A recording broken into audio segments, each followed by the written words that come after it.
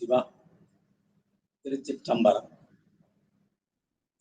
உலகலாம் உணர்ந்து ஓதற்கரியவன், நிலவுலாவிய நீர்மலி வேணியன், அலையில் சோதியன், அம்பலத்தாடுவான், அதர் சிலம்படி வாழ்த்தி வணங்குகிறான். நாம் அல்ல திருவுருளை எழுதுகிறேன். திருக்கைலாய பரம்பரை, திருவாவடுதுறை ஆதீனம், 24வது ஸ்ரீ குருமகாசன்னிதானம் அவர்களின் பொன்னார் திருவடிக்கு மனங்களை மனமொழி மேகளால் திசை நோக்கி போற்றி பணிந்து வணங்குகிறேன். நம்முடைய அன்பிற்குரிய திருப்பணிச்சம்மல் கோமலையா அவர்களை வணங்கிக் கொள்கிறேன். இந்த ஞானசம்பந்த பெருமானுடைய குரு பூஜை திருநாளை திருவிழாவாக பல அமர்வுகளாக தொடர்ந்து மிகச் சிறப்பாக இயக்குனராக இருந்து செய்து கொண்டிருக்கிற சிவத்திருமதி சாந்தா சண்முகம் அம்மையார் அவர்களை வணங்கி வாழ்கிறேன்.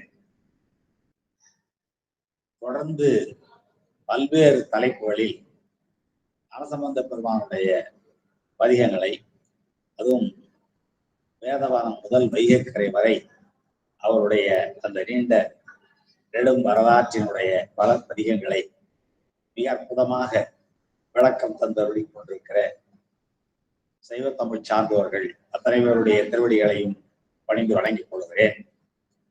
இன்றைய நிகழ்ச்சியில் பங்கு பெற்றிருக்கிற சைவ தமிழ் சார்ந்தவர்கள் அத்தனை பேருடைய திருவடிகளையும் பணிந்து வணங்கி ஞானசம்பந்த பெருமானுடைய அந்த குரு பூஜை திருவிழாவில் மிக சிறப்பான ஒரு பதிகமாக வழங்குகிற திருப்பாசுரம் என்னும் பதிகத்தினுடைய முதற் பகுதியில் 6 பாடல்களை சென்ற வாரம் சிந்தித்த நிலையில் எஞ்சி இருக்கிற 6 பாடல்களை திருப்பாசுரத்தின் 7வது பாடலிலிருந்து 12வது பாடல் வரை இந்த வகுப்பில் அவருடைய அனுமதியோடு சிந்திக்கலாம் என்றுதான் விளைகிறேன்.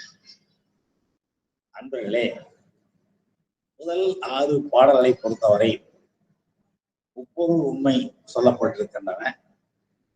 அதுவும் பெருமானுடைய சொரூப லட்சணங்கள், தடத்த லட்சணங்கள், அடுத்து சைவ சமயத்தினுடைய சாதனங்கள், பயன்கள் ஆகியவற்றையெல்லாம் முதல் 6 பாடல்களிலே சொன்னவர் இங்கே சற்றே மாற்றி இந்த பின்வரும் பாடல்களில்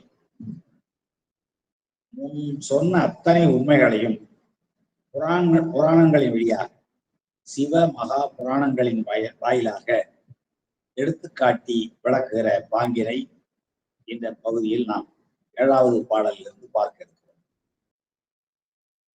முற்பகுதியிலே ஒரு பாடலுக்கு 4 பாடலில், 3 பாடலில், 2 பாடல்களில் என்று இப்படியெல்லாம் விளக்கம் செய்து வந்த தெய்வ சேக்கிழார் 7வது பாடலிலிருந்து 12வது பாடல் வரை ஒரு பாடலுக்கு ஒரு பாடல் வீதம் விளக்கம் தருவதையும் பார்க்கிறோம்.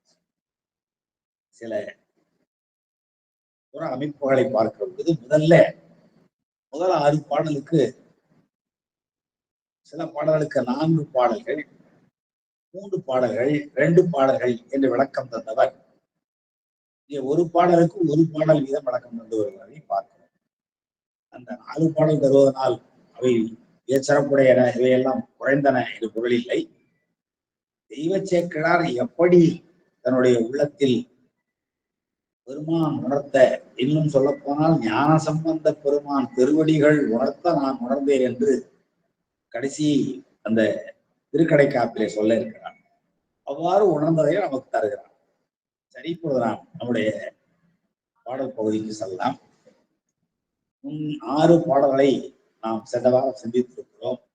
எனவே காலம் கருதி அவற்றையெல்லாம் நாம் மீண்டும் தொடர்ந்து கொள்ளாமல் இன்றைய 7வது பாடலுக்குள் நாம் செல்ல இருக்கிறோம். நான் முன்பே சொன்னது போல முன்பெல்லாம் முப்பொருள் இலக்கணத்தை, சைவ சமய சாதனங்களை, அதனுடைய பயன்களை சொன்னவர் இங்கே 7வது பாடலிலிருந்து அவற்றுக்கு எடுத்துக்காட்டாக புராணங்களை, சிவ மகா புராண செய்திகளை எடுத்து காட்டுகிறார். மிக அற்புதமாக வளர்க்கிற அந்த நிலையை பார்க்கிறோம். இந்த 7வது பாடல்ல எந்த நாயன்மாரை பற்றி அல்லது எந்த அடியாரை பற்றி சொல்லுகிறோம் என்ற பெயரையே சொல்லாமல் உணர வைத்திருக்கிற பாங்கு மிக உயர்வானது. பாட்ட பார்ப்பேன். சிவா திருச்சிற்றம்பலம்.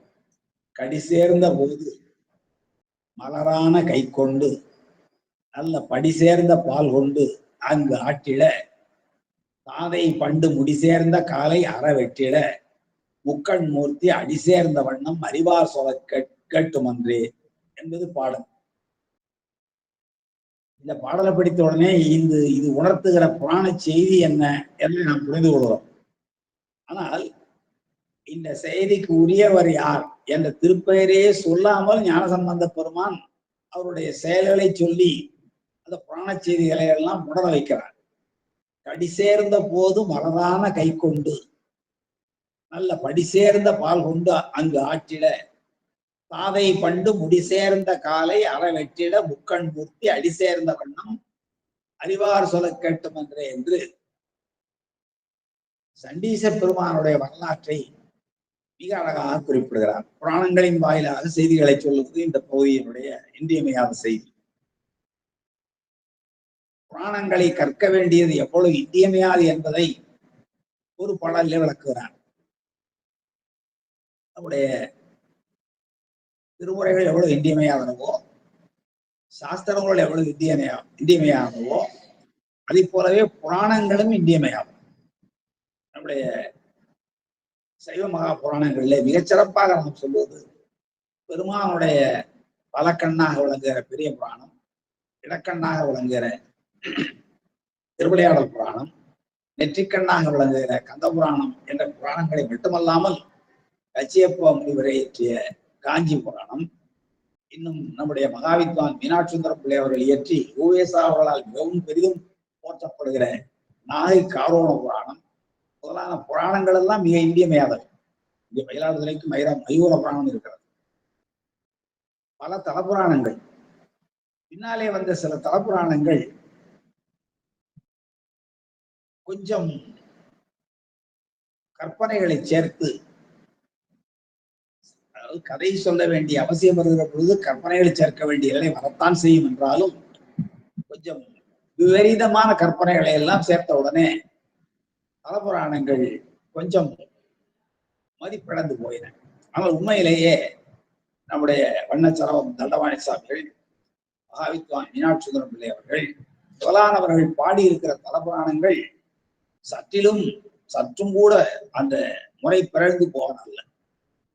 அப்படிப்பட்ட மகாபுராணங்கள் மிக இன்றியமையாவது. இங்கே புராண செய்திகளை நாம் பார்க்கிறோம். இங்கே சண்டேச நாயனாருடைய புராணத்தை அடிப்படையாக கொண்டு இந்த பாடல் சொல்லப்படுகிறது. இவ பாடலை பாருங்க. சண்டேச நாயனார் என்ன செய்கிறார்? கடி சேர்ந்த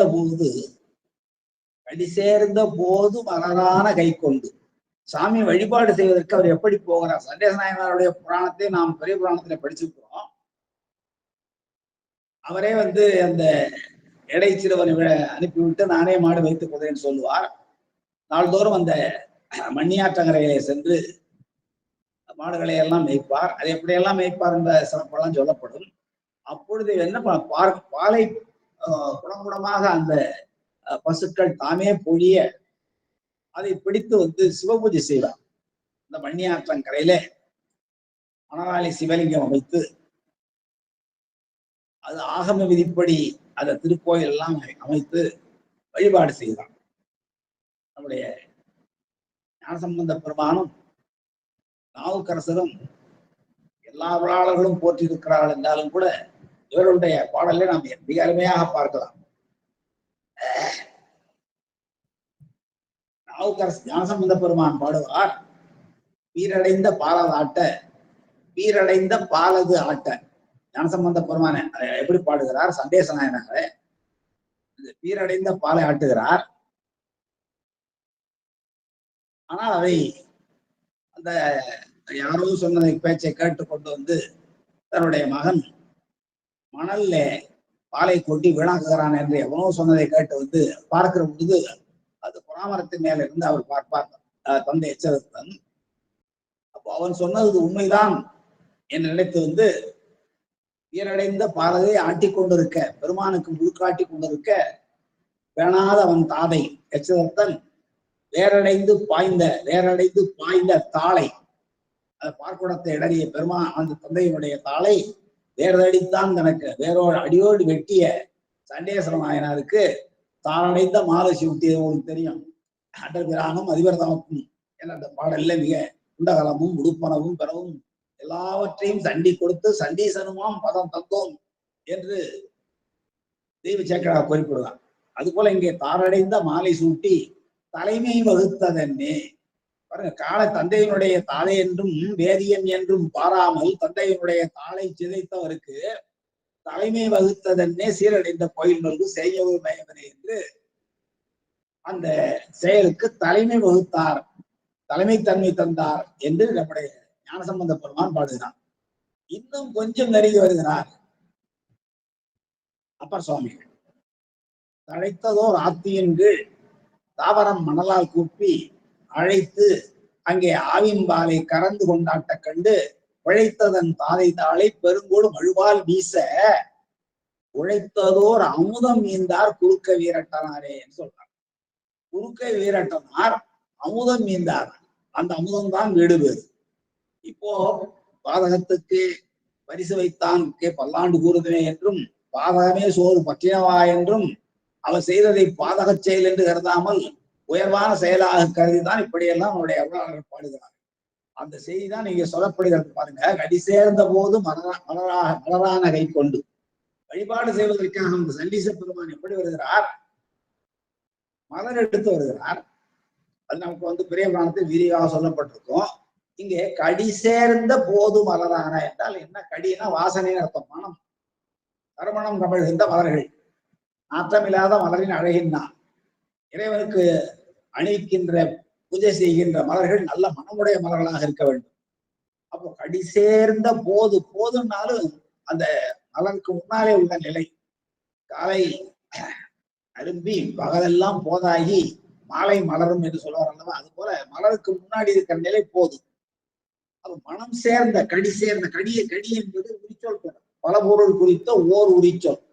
கடி என்ற சொல்லுக்கு பல பொருள் உண்டு. கடியன் கிளவி, காப்பே கூர்மை, விரைய எச்சம், விளக்கம் பெறுவை என்று தொடர்ச்சியா போகும். அதுல ஒரு பொருள் மனம் என்பது. அப்போ மனம் சேர்ந்த போது மலர் ஆகியவற்றையெல்லாம் போதுன்னா உங்களுக்கு தெரியும். மலருக்கு முன்னாடி உள்ள நிலை. மதர்பிறை கண்ணியானை மலையான் மகளோடும் பாடி போதோடு நீர் சுமந்தேத்தின் பாடுவார். அதான் போது. அப்படி அந்த போது மலரான கை கொண்டு அந்த போதையும் மலர்களையும் நிரம்ப கொண்டு வந்து நல்ல படி சேர்ந்த பால் கொண்டு நல்ல இயல்பாகவே கறக்காமலே பொழிந்த பசுவினுடைய பாலை கொண்டு வந்து அங்கு ஆற்றிட மணலாலே தாவரம் மணலால் கூப்பி அழைத்தங்கே அவின்பாலை கலந்து கொண்டாட்ட கண்டுன்னு நம்முடைய நாவுக்கரசர் பாடினார்ல, அதான் ஆட்டிட. அப்போ தந்தை என்ன பண்றான்? புராமணத்து நேரத்தை பார்க்கிறார் எச்சதத்தன். அவர் தாதை பண்டு முடி சேர்ந்த காலை, தாதை வேகமா அந்த வார்குடத்தை இடறுகிறார். அவ்வாறு இடறிய காலை அற வெற்றிடை வெட்ட வேண்டும் என்ற எண்ணத்தோடு இல்ல, தவறு செய்த அது தாள்கள் தண்டிக்கப்பட வேண்டும் என்பதற்காக பக்கத்தில் இருக்கிற அந்த கோலை எடுக்க பார்க்கிறார். அது மழுவாக மாறுகிறது. எனவே தாதை தாளை அற வெற்றிட அவ்வாறு வெட்டிய செயலை பாதகம் என்று கருதாமல் முக்கண் மூர்த்தியாகிய நம்முடைய பெருமான் தன்னுடைய திருவடியை கொண்டு வந்து சேர்த்துக் கொள்கிறார் என்று அறிவார்கள் சொல்ல நாம் கேட்கிறோம் என்று பார்க்கிறார். அதாவது முக்கண் மூர்த்தியான சிவபெருமான் அந்த அடியவருக்கு திருவடி பற்றிய வழங்குகிறார். தாதை என்றும் வேதியன் என்றும் பாராமல் தன்னுடைய தந்தையின் காலை வெட்டியவருக்கே அந்த பதியை தருகிறார். எதனாலே அதை நம்முடைய தேவி சேர்க்கிறார். அதுக்கு ஒரு விளக்கம் சொல்றார். நம்ம பின்னாடி பார்ப்போம். அதை தாதை தாளை பெருங்கொடு மழுவால் வீச உழைத்ததோர் அமுதம் என்றார்.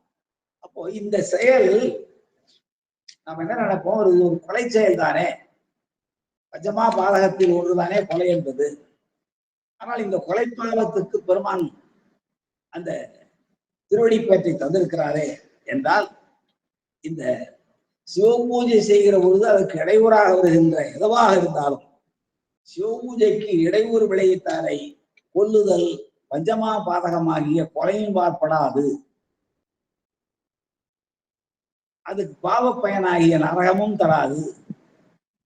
அதோடு மட்டுமல்லாமல் அது பசு புண்ணியங்களிலும் விட மேலான சிவபுண்ணியமாகி அதன் பயனாகி முக்தி தரும் தன்மை உடையதாக என்பதைத்தான் நான் இந்த பாடல்களில் பார்க்கிறோம்.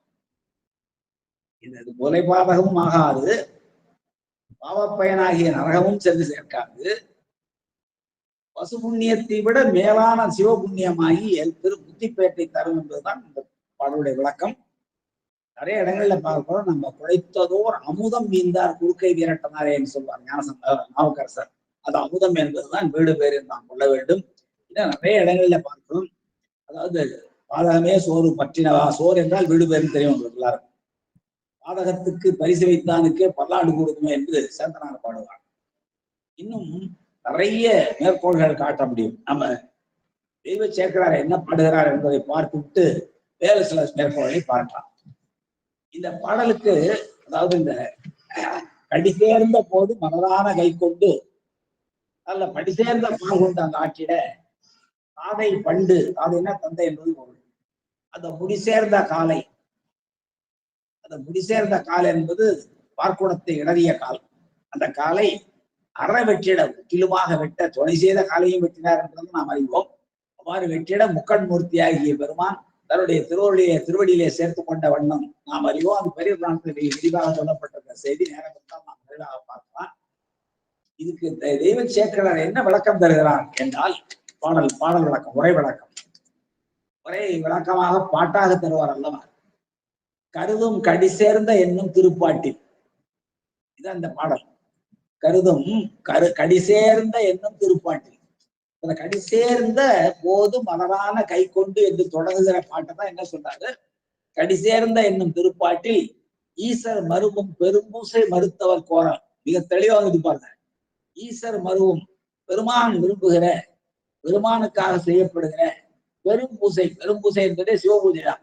அந்த சிவபூஜை செய்கிறவர்களுக்கு இடையூறாக ஏதேனும் செய்வார்களே ஆனால் அப்படி செய்தவர்களை கோரல் என்றால் கொல்லுதல் என்பது. சிவபூஜை செய்பவர்களுக்கு இடையூறு செய்பவர்களை கொல்லலாம். அவ்வாறு கொல்லல் முத்தி தரும் தன்மை தாதல், அது நரகத்தை தராது, வீடு வேற்றை தரும். அப்படிப்பட்ட தன்மை உடையது என்பதை சண்டீசர் செய்கை, அது சண்டேச பெருமானுடைய செய்கையினாலே தக்கோர் பெரிதும் சொல்ல, அது உண்மை சொல்லுகின்ற தகுதி வாய்த்த சான்றோர்கள் சொல்ல பெரிதும் சொல்ல கேட்டனம் என்றனர் பிள்ளையார் தான். பெரிதும் சொல்ல என்றால் விளக்கமாக தக்கவர்கள் எடுத்து காட்டுவதை நாம் கேட்டோம் என்று ஞானசம்பந்த பிள்ளையார் சொல்கிறார் என்ற விளக்கத்தை தெய்வ சேக்கரார் தருகிறார். ஞானசம்பந்தர் பாடியது கடி சேர்ந்த போது மலரான கை கொண்டு, ரொம்ப எளிமையான பாடல். மலரான கை கொண்டு நல்ல படி சேர்ந்த பால் கொண்டு அங்கு ஆற்றிட தாதை பண்டு படி சேர்ந்த முடி சேர்ந்த காலை அற வெற்றிட, அறன்னா முற்றிலுமாக வெற்றிட முக்கண் மூர்த்தியாகிய சிவபெருமான் அடி சேர்ந்த வண்ணம் என்றால் முக்கண் மூர்த்தியாகிய சிவபெருமானுடைய திருவடியை, ஏனென்றால் இந்த கொல்லப்பட்டவன் தந்தை, அதோடு மட்டுமல்லாமல் வேதியனை கொல்வது பாவம், தந்தையை கொல்வது பாவம். இப்படிப்பட்ட பாவங்களை எல்லாம் செய்தாலும் கூட அந்த பாவங்களை எல்லாம் செய்து சண்டீச பெருமானுக்கு முக்கிய பேரை தருகிறாரே முக்கண் மூர்த்தி என்றால் அதுக்கு என்ன காரணம்? செய்தது கொலைப்பழி அல்ல. ஏனென்றால் சிவபெருமான் விரும்பி ஏற்றுக்கொள்கிற அந்த பெரும் பூசையினை, சிவ பூஜையினை சிதைவு செய்தவர்கள், சிதைத்தவர்கள் யாராக இருந்தாலும், அது தாதையாக இருந்தாலும் வேதியனாக இருந்தாலும் கொல்லுதல் துர்ச்செயலாகாது. அதோடு மட்டுமல்லாமல் முத்தி தரும் தன்மை உடையது. முத்தி தரும் தன்மையுடைய நல்ல செயலாதலை சண்டீசருடைய வரலாற்றின் வழியாக தக்கவர்களாகிய பெரியோர்கள் சொல்ல நாம் கேட்டோம் என்று ஞானசம்பந்த பெருமான் சொல்வதை பார்க்கிறோம். பல சாஸ்திரங்களிலேயும் திருமுறைகளிலேயும் இந்த செயல் மிக சிறப்பாக போற்றப்பட்டிருப்பதை நாம் அறிவோம். பாதகம் என்றும் பழி என்றும் பாராதே திருக்களிற்றுப்படியார் என்ற நூல்ல தெரியும். திருக்கடவுர் விய வந்த தேவனார் பாடிய ஒரு அருமையான நூல். சாத்திர நூல்களிலே 12 சாத்திரங்களுக்கு முன்னாலே வந்த 2 நூல். ஒன்று திருவியல் விய வந்த தேவனார் பாடிய திரு உந்தியார், இன்னொன்று திருக்களிற்றுப்படியார் அவருடைய மாணவர் பாடியது. அதுல பாதகம் என்றும் பழி என்றும் பாராதே தாதையை வேதியனை தாளிரண்டும் சோதிப்ப சேதிப்ப, தந்தையும் கூட வேதியனும் கூட ரெண்டையும் கொள்வது மிக பெரும் பாவம். அப்படி தாதேய் வேதியனை தாளிரண்டும் சேதிப்ப கண்டு ஈசர் தாமாம் பரிசளித்தார். கண்டு சேதிப்ப கண்டு ரெண்டு காலையும் வெட்டுறாரு. ஒரு கால் தானே உதச்சுது இடதுச்சு என்றால் இந்த ஒரு கால் இடதுக்கு துணை செய்தது, குற்றத்துக்கு துணை போயது இன்னொரு காலம். எனவே அந்த காலையும் வெட்டுகிறார். அதான் தாளிரண்டும் சேதிப்ப, சேதித்தெல்லாம் வெட்டுதான். அவ்வாறு வெட்ட கண்டு ஈசர் பெருமான் கண்டு தாமாம் பரிசளித்தார். பெருமான் சிவமாக நான் அந்த தன்மையை தந்தார் என்றால் தாமாம் பரிசளித்தார். கண்டாயே தண்டீசர் தாம் செயலால் தான் என்று திருக்களித்துப்படியார்ல இந்த செயல் மிக சிறப்பாக போற்றப்படுகிறது. அது கொலைப்பாக பாதகமாகாது. பெருமான் திருவடிப்பேற்றை தந்தார் என்ற செய்தி அங்கேயும் உறுதிப்படுத்தப்படுகிறது. இந்த பாடலில் சொல்லப்பட்டிருக்கிற அத்தனை செய்தியும் ஞான சாஸ்திரங்களை விட நம்முடைய அருளாளர்களுடைய பிற திருமுறைகளை விட எல்லாவற்றிலும் சிறப்பாக சொல்லப்பட்டிருக்கிற செய்தியை நாம் அறிவோம். முக்கண் மூர்த்தி அடிசேர்ந்த வண்ணம் அறிவார் சொல்ல கேட்டு மன்றே என்று ஞானசம்பந்த பெருமான் சொல்லுவதை அப்படி தெய்வச்சேக்கடார் என்று சொன்னார். மருத்தவர் கோரல் பெரும்பூசை மருத்தவர் கோரல் முத்தி தரும் தன்மை தாதல் சண்டீஸ்வரன் செய்கை தக்கோர் பெரிதும் சொல்ல கேட்டனம் என்றனர் பிள்ளையார். என்றனர் பிள்ளையார் என்று ஞானசம்பந்த பிள்ளையார் இவ்வாறு சொன்னார் என்று இந்த திருப்பாசுரத்துக்கு விளக்கம் தருகிறார் நம்முடைய தெய்வச்சேக்கடார். அதுதான் நம்ம நிறைய மேற்கோள்களை பார்க்கிறோம் ஞான சாஸ்திரங்கள்ல. முதல்ல நான் திருமுறைகள்ல 2 திருமுறை பாடல் சொன்னேன். ஞானசம்பந்த பெருமானுடைய பேரடைந்த பாரதாட்ட அனைத்து ஒரு ஆத்தியின் கீழ் நாவுக்கரசர் பாடியது. அடுத்தது பாதகமே சோறு பற்றினவா என்பது திருவாசகம். பாதகத்திற்கு பரிசு வைத்தானுக்கு பல்லாண்டு கூடுதுமே என்பது பல்லாண்டு திருப்பல்லாண்டு. அடுத்து திருக்களிட்டுப்படியாரிலே பாதகம் என்றும் பழியென்றும் பாராதே தாதை வேதியனை தாளிரண்டும் சேதிப்ப கண்டு ஈசர் தாமாம் பரிசளித்தார். கண்டாயே தண்டீசர் தாம் செயலால் தான் என்று திருக்களிட்டுப்படியார் சொல்வதையும் பார்க்கிறோம். அதே போலவே சிவஞான சித்தியாரில் மிக தெளிவாக அறநடிக்கு அன்பர் செய்யும் பாவமும் அறமதாகும். அறநடிக்கு அன்பர் செய்யும் பாவமும் அறமதாகும். சிவபெருமானுடைய திருவடிக்கு சிவபூஜைக்கு இடையூறாக வருபவர்களை வெட்டுகின்ற கொல்லுகின்ற பாவம் செய்தாலும் கூட அது அறமதாகும். பரநடிக்கு அன்பிலாதார் அன்பிலாதார் புண்ணியம் பாவமாகும். பெருமானிடத்தை அன்பில்லாமல் செய்கின்ற புண்ணிய செயல்கள் கூட பாவமாகும். அதுக்கு நல்ல எடுத்துக்காட்டை அடுத்த 2 அடிகளிலே சொல்லுகிறார். வரமுடை தக்கன் செய்த மாவேண்டி தீமையாகி அவன் பெருமானிடம் அன்போடு செய்யல, அவ்வாறு அன்பில்லாமல் செய்தான். அவன் பல வரங்களை பெற்றிருந்தவனாலும் இருந்தாலும் கூட அந்த தக்கன் செய்த மாவேள்வி தீமையாகி நரரனில் பாலன் செய்த பாதகம் நன்மையாயித்தே. மனிதர்களிலே பாலன் என்றால் தண்டேசர் என்பது பொருள். விசார சர்மராகி இளைஞன் செய்த பாதகம் நன்மையாக முடிந்தது, வீடு வேரை தந்தது என்று மிக அருமையாக இந்த பாடலுக்கு நம்முடைய ஞான சாஸ்திரங்கள் வழியாகவும் திருமுறை வாயிலாகவும் நாம் விளக்கம் பார்க்கிறோம்.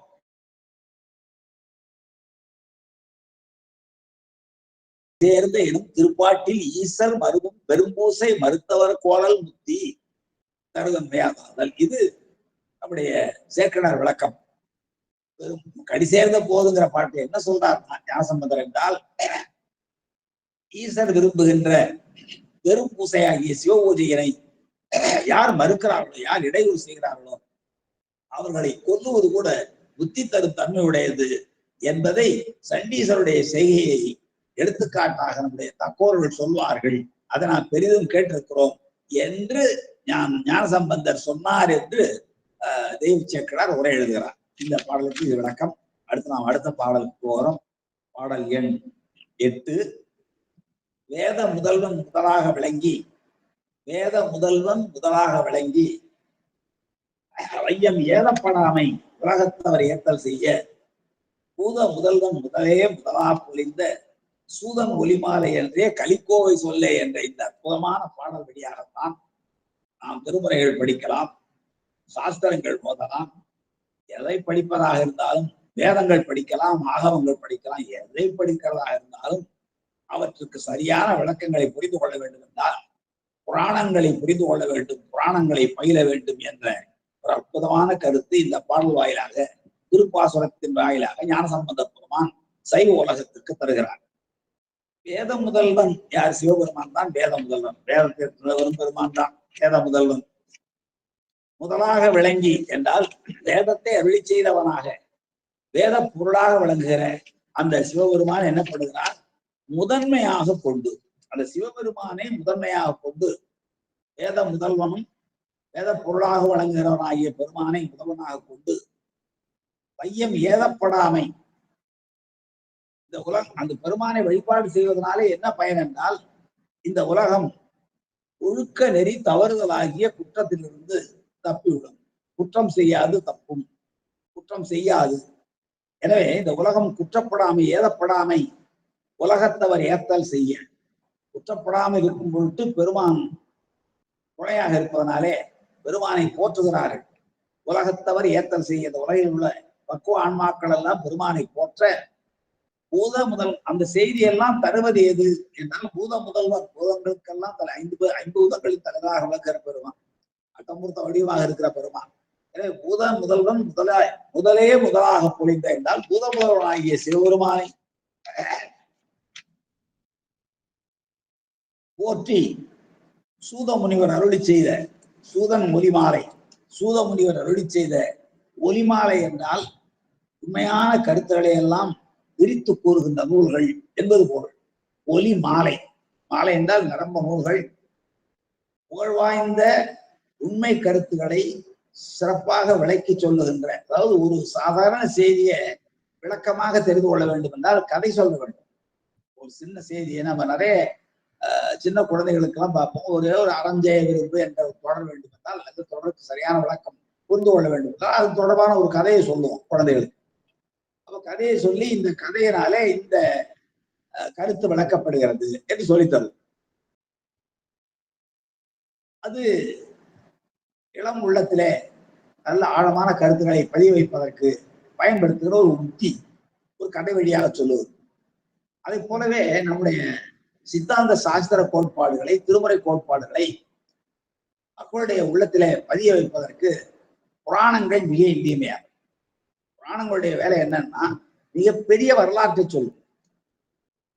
அதாவதுங்க இப்ப நம்ம தீண்டிவீராயின் திருநீலகண்டம் என்ற ஒரு அம்மா சபதம் இடுறாங்க.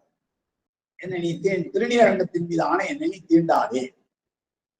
இப்போ திருநீலகண்டம் என்னும் ஆணையை சொன்னதனாலே ஒரு ஆண் ஒரு பெண்ணை தீண்டாமல் வாழ்நாள் முழுவதும் வாழ்ந்திருக்கிறார். இப்படிப்பட்ட இந்த ஒரு செய்திக்கு, இந்த ஒரு கோட்பாட்டுக்கு ஒரு விளக்கம் வேண்டும் என்றால் திருநீலகண்ட கோவனாருடைய வரலாறாகிய புராணம் நமக்கு வேண்டும். அது போல மணிமீன் பிறந்தார் பெரும்பயன் மதிசூடும் அண்ணலார் அடியார்தமை அமுது செய்வித்தல். அப்ப அண்ணலார் அடியார்தமை அமுது செய்விக்க வேண்டும் என்ற ஒரு கோட்பாடு சொல்றோம்னா, அந்த அடியார்களை அமுது செய்விப்பதற்கு எவ்வளவு இடையூறுகள் வரலாம், அந்த இடையூறுகளை எல்லாம் தாண்டி அமுது செய்விக்க வேண்டும் என்ற கோட்பாட்டை நம்முடைய பெரிய புராணம் ஒரு 16 அடியார்கள் வழியாக மிக அருமையாக விளக்குவதை பார்க்கிறோம். அமுது செய்வதனையே மிக தங்களுடைய கோட்பாடாக கொண்டவர்கள். அவ்வாறு செய்கிற பொழுது பல இடையூறுகள் வரலாம். எத்தனை இடையூறுகள் வந்தாலும் அந்த இடையூறுகளை எல்லாம் வென்று தாங்கள் அந்த செயலை செய்து முடிப்பார்கள். கருவமே கண்ணாக விளங்குவார்கள் என்பதற்கு எடுத்துக்காட்டாக இளையாமுடி நாயனார் பல பேரை நாம் பார்க்கிறோம். அதெல்லாம் சொல்லித் தருவது, ஒரு கோட்பாட்டை விளக்கமாக விளக்கி தருவது, நம்முடைய உள்ளத்தில் பதிய வைப்பது, சான்றுகள் வெளி தருவது புராணங்கள். எனவேதான் இங்கே சூதன் ஒலிமாலை சூதமா முனிவராலே தரப்பட்ட நல்ல உண்மை கருத்துகள், வாழ்வியல் கருத்துகள், மெய்யியல் கருத்துகள் விரிவாக எடுத்து சொல்லப்பட்ட புராணங்களை, நூல் வரிசைகளை நாம் கற்க வேண்டும். கலிப்போய் சொல்ல புராணங்களை படியுங்கள் என்று இந்த பாடல் சொல்லுகிறது. இது ஞானசம்பந்தர் பாடலுடைய பொருள். இதுக்கு தெய்வ சேக்கடார் உரை வழியாக பாட்டாக என்ன சொல்லுகிறார் அதை நாம் பார்க்க அடுத்தது. வேத முதல்வன் எனும் மெய்த்திருப்பாட்டின் நேர் வேத முதல்வன் பாட்டு மட்டும்தான் தொடங்குது. வேத முதல்வன் முதலாக விளங்கி பையம் ஏதப்படாமை உலகத்தவர் ஏத்தல். பையம் ஏதப்படாமை என்றால் உலகத்தில் உள்ள மக்கள் துன்பப்படாமல் குற்றப்படாமல் விளங்க வேண்டும் என்றால் அவர்கள் பெருமானை ஏற்ற வேண்டும், போற்ற வேண்டும். அவ்வாறு பெருமானை ஏற்றுவதற்கும் போற்றுவதற்கும் அடிப்படையாக வழங்குவதற்கு பெருமானுடைய புகழை, பெருமானுடைய அளவற்ற கருணைகளை எல்லாம் அவர்கள் அறிந்து கொள்ள வேண்டும். அவ்வாறு அறிந்து கொள்வதற்கு துணையாக இருப்பன சூத முனிவர் முதலான பல முனிவர்கள் சொன்ன புராணங்கள் தான். புராணங்கள் அதுங்க ஒரு அறம் வெல்லும் பாவம் தோற்கும். இது ஒரு தொடர். அறம் வெல்லும் பாவம் தோற்கும். இந்த தொடரை விளக்குவதற்கு ராமாயணம் என்ற 10,000க்கு மேற்பட்ட ஒரு நூல் தேவைப்படுகிறது. அறம் வெல்லும். எவ்வளவு கஷ்டப்பட்டாலும், எவ்வளவு துன்பப்பட்டாலும், எவ்வளவு சனிகள் இடையூறு செய்தாலும், எதையெல்லாம் இழக்க வேண்டிய நிலை வந்தாலும், எனவே அறம் என்பது கடைசியில் வெல்லும். அதை போல பாவம் எவ்வளவு ஆற்றல் மிக்கதாக இருந்தாலும், எவ்வளவு புகழ்வுடையதாக மகளாலும் புகழப்படுவதாக இருந்தாலும், கடைசியிலே பாவம் தோற்று போகும் என்ற இந்த ஒரு உண்மையை உணர்த்துவதற்கு 10,000 பாடல்களுக்கு மேல ஒரு ராமாயணம் தேவைப்படுகிறது. அதை போல பங்காளிகள் சண்டையிலேயும் கூட மிகச்சிறந்த தர்மன வழியிலே நிற்கின்றவர்கள் குறைவானவர்களாக இருந்தாலும் அவர்கள் வெல்வார்கள். அதர்மத்தின் வழி நிற்பவர்கள் 100 பேராக இருந்தாலும் தோற்று போவார்கள் என்பதற்கு பாரத கதை ஒரு நல்ல எடுத்துக்காட்டு. இப்படி சிறு சிறு உண்மைகளை விளக்குவதற்கு மிக பெரும் புராணங்கள் மிக இன்றியமையாதவை. அந்த நிலையில் தான் இங்க சிவபெருமானுடைய ஆற்றல்கள். நம்ம அட்ட வீரட்ட செயல் எடுத்துங்க. இறைவனுடைய கருணை 2 வகை. ஒன்று அறக்கருணை, இன்னொன்று மரக்கருணை. அயன்மார்களை பொறுத்த வரைக்கும் பெரும்பாலும் அறக்கருணை காட்டினாலும் இந்த சிலரிடம் மரக்கருணையை காட்டுகிறான். தக்கன் வேள்வி செய்கிறான், ஆனால் வேள்வி அழிக்கப்படுகிறது. அதுபோல பிரம்மனுடைய சிரம் கொய்யப்படுகிறது. தாரகாவர முனிவர்கள் ஏவுகிற இந்த செய்திகள் நமக்கு எதனால தெரியுங்க? அட்ட வீரட்ட செயல் நம்ம பார்க்கறது இல்ல. திரிபுர சம்ஹாரம் எங்கே நடைபெற்றது? அது ஐதீக திருவிழா. திரிபுர சம்ஹாரம் ஏன் நடந்தது? திரிபுர சம்ஹாரம் நடந்ததுன்னு ஒரே ஒரு செய்தியில் நம்ம பல பாடல்கள்ல பார்க்கிறோம். பெருமான் புறங்களை எரித்தார், செரித்தார், எரிந்து போயிற்று. இந்த பல்வேறு வகையான சாதனங்களை அவர் கொண்டார், மேருமலையை வில்லாக அமைத்தார், வாசுகியை நாளாக கொண்டார் என்றெல்லாம் சொல்லி அவர் சம்ஹாரத்துக்கு போகிறான்னு சொல்றாங்களா? எதற்காக சம்ஹாரம் செய்யார்? அப்படி அவர்கள் என்ன தவறு செய்தார்கள்? அவருடைய ஆற்றல் என்ன என்பதையெல்லாம் நாம் புரிந்து கொள்ள வேண்டும் என்றால் சிவமகா புராணங்கள் நாம் படிக்க வேண்டும். அது எதுவாக எந்த வீரட்ட செயலாக இருந்தாலும் சரி, இந்த 8 வீரட்ட செயல்கள் மட்டுமல்ல, பெருமான் நிகழ்த்திய அத்தனை செயல்களையும் நாம் புரிந்து கொள்ள வேண்டும் என்றால், உலகம் ஏதப்படாமல் இருக்க வேண்டும் என்றால், உலகத்தில் உள்ள மக்கள் குற்றப்படாமல் துன்பப்படாமல் வாழ வேண்டும் என்றால் நிச்சயமாக என்ன செய்ய வேண்டும்? பெருமான் உலகத்தவரால் ஏத்தப்பட வேண்டும். பெருமான் உலகத்தவரால் ஏத்தப்படுவதற்கு காரணம் அவர் செய்த அற்புதமான செயல்கள்.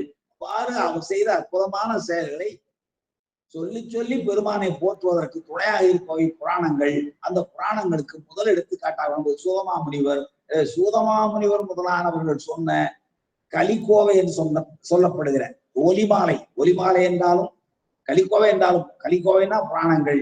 ஒலிமாலை என்பது உண்மையின் பொருளை, தத்துவங்களை, மெய்யியலை வரிசைப்படுத்தி மிக அழகாக சொல்லுகின்ற, கற்பனை நயம்பட கவிதை நயம்பட சொல்லுகிற ஆற்றல் மிக்க நூல்களைத்தான் நாம் ஒலிமாலை என்று சொல்வோம். அப்படிப்பட்ட வேத முதல்வர் முதலாக வழங்கிய வையம் ஏதப்படாமல் உலகத்தை ஏற்ற பூத முதல்வன் முதலாக புரிந்த சூதம் ஒலிமாலை என்ற கலிக்கோவை சொல்லை என்ற இந்த பாடலுக்கு நம்முடைய தெய்வ சேக்கலார் சொன்ன உரை, வேத முதல்வன் என்னும் மெய்த்திருப்பாட்டில் நேர் ஆதி உலகோர் இடர் நீங்கிட. ஆதி உலகோர் அதான் ஏதப்படாமை, வையம் ஏதப்படாமை உலகத்தவர் ஏத்த என்று அந்த ஞானசம்பந்த பெருமானுடைய தொடருக்கு வழக்கம் சொல்கிறார். ஆதி உலகோர் இடர் நீங்கிட, உலகத்தில் இருக்கிறவர்களுடைய அதான் பூத பரம்பரை பொலிய என்று நம்முடைய முதல்லயே சொல்லிட்டார் தெய்வ சேக்கலார். ஞானசம்பந்தருடைய அவதார நோக்கம் என்னன்னு சொன்னா, வேதநெறி தடித்தோங்க மிகு செய்வு துறை வழங்க பூத பரம்பரை பொலிய. அந்த பூத பரம்பரை பொலிய வேண்டும் என்றால், எல்லா உயிர்களும் இன்புற்று இருக்க வேண்டும் என்றால் பெருமானை ஏத்தல் செய்ய வேண்டும், இடர்படாமல் வாழ வேண்டும் என்றால் அந்த ஏத்துகிற தன்மை ஆடுகின்ற பாத முதலாம் 18 புராணங்கள். பெருமானுடைய ஐந்தொழில் கூத்தை ஏற்றுக்கொண்டே இருக்கிற பெருமானுடைய சிறப்புகளை எல்லாம் சொல்லுகின்ற 18 புராணங்கள் இருக்கின்றன. அந்த 18 புராணங்களை ஓதுவீர்களாக படிப்பீர்களாக என்று உரை செய்தார். யாவும் ஓதாது உணர்ந்த ஞானசம்பந்த பெருமான். யாவும் ஓதாது உணர்ந்தவர், எதையும் அவர் ஓதல, பள்ளிக்கூடத்துக்கு போய் படிக்கல. சிவனடியை சிந்திக்கும் திருப்பெருகு சிவஞானம், பகவதனை அறமாற்றும் பாங்கினில் ஓங்கிய ஞானம், ஓமையிலா கலைஞானம், உடலைய விஞ்ஞானம், தவம் முதல்வர் சம்பந்தர் தாம் உணர்ந்தார். இப்போ சிவஞான தெள்ளமுதத்தை அம்மையார் குழைத்து ஊட்டிய பொழுது ஓதாது உணர்ந்தார். அப்போ ஓதாது உணர்ந்தவராய் ஞானசம்பந்த பெருமான் என்ன சொல்லுகிறார்? பெருமானுடைய ஆடும் திருவடி இருக்கிறது அல்லவா, அதை பற்றி சிறப்பித்து பாடுகிறேன். பெருமானை பற்றி பாடுகிறேன் அர்த்தம். 18 புராணங்கள் இருக்கிறது, 18 புராணங்களையும் படிங்க என்று சொல்றாரா. ஏன்னா இந்த உலகத்தில் வேதத்தால் குறிக்கப்படுகிற முதற்கடவுள் பெருமான் தான். அந்த உலகத்தில் இருக்கிற உயிர்கள் எல்லாம் என்ன துன்பம் அனுபவிக்கின்றன என்றால் பிறவி துன்பம் தான் பெருந்துன்பம். அந்த பிறவி துன்பம் நீங்க வேண்டும் என்றால் பெருமான் திருக்கூத்தாடுகின்ற திருவடிகளை போற்ற வேண்டும். அந்த பெருமான் தான் முதற்கடவுள். பெருமான் தான் முதற்கடவுள். அவரை போற்றுவதுதான் நம்முடைய பிறவி துன்பம் நீக்குவதற்கு வழி. அந்த பிறவி துன்பத்தை நீக்குவதற்கு வழி என்ன? ஆடும் பெருமானுடைய திருவடிகளை போற்றுவது.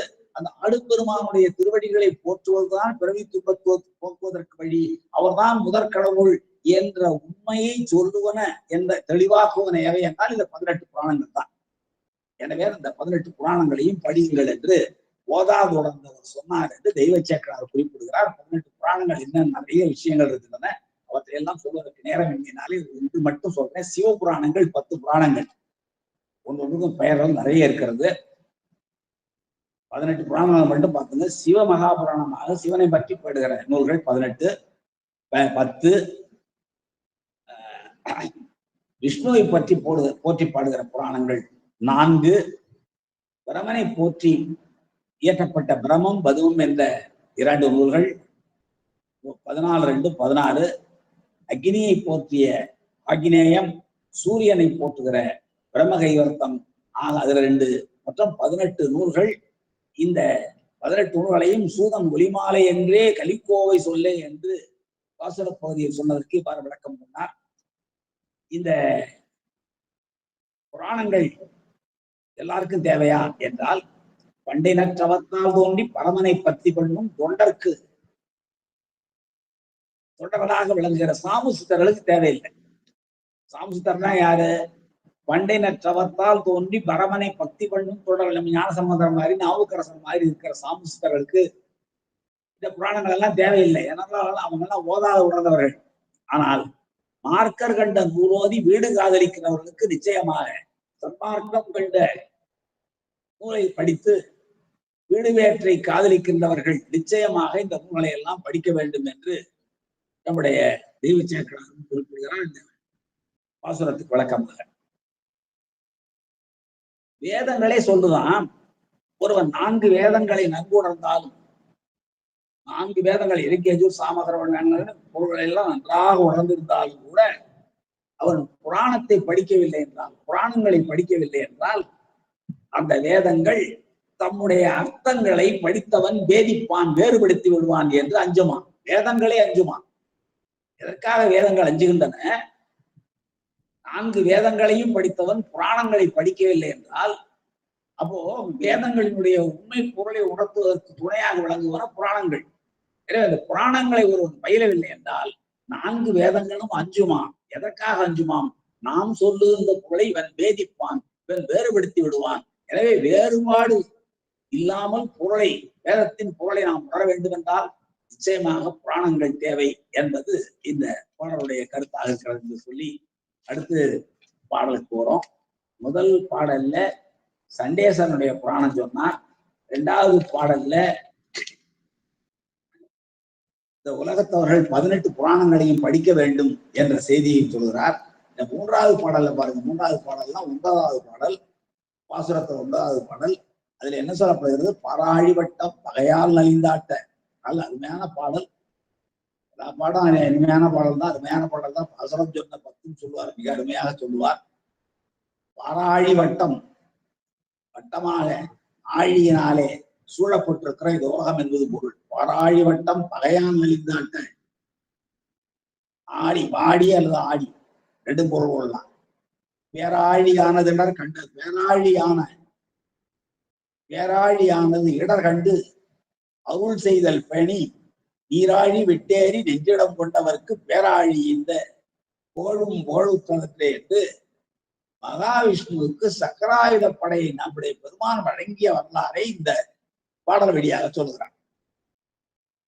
பாராழி வட்டம் பகையால் நலிந்தாட்டன்னு சொன்னா இந்த உலகத்தே வாழுகிற நல்ல உயிர்கள் எல்லாம் அரக்கர்கள் முதலான உயிர்களாலே துன்பப்படுகிற பொழுது அவர்களெல்லாம் அந்த துன்பத்திலிருந்து விலகிக் கொள்ள திருமால் காத்தற்கடவுளாகி திருமாலிடம் வேண்டிக் கொள்ள உண்மையில் பார்க்க போனா திருமால் காத்தற்கடவுள் என்பது உபச்சாரம் தான்.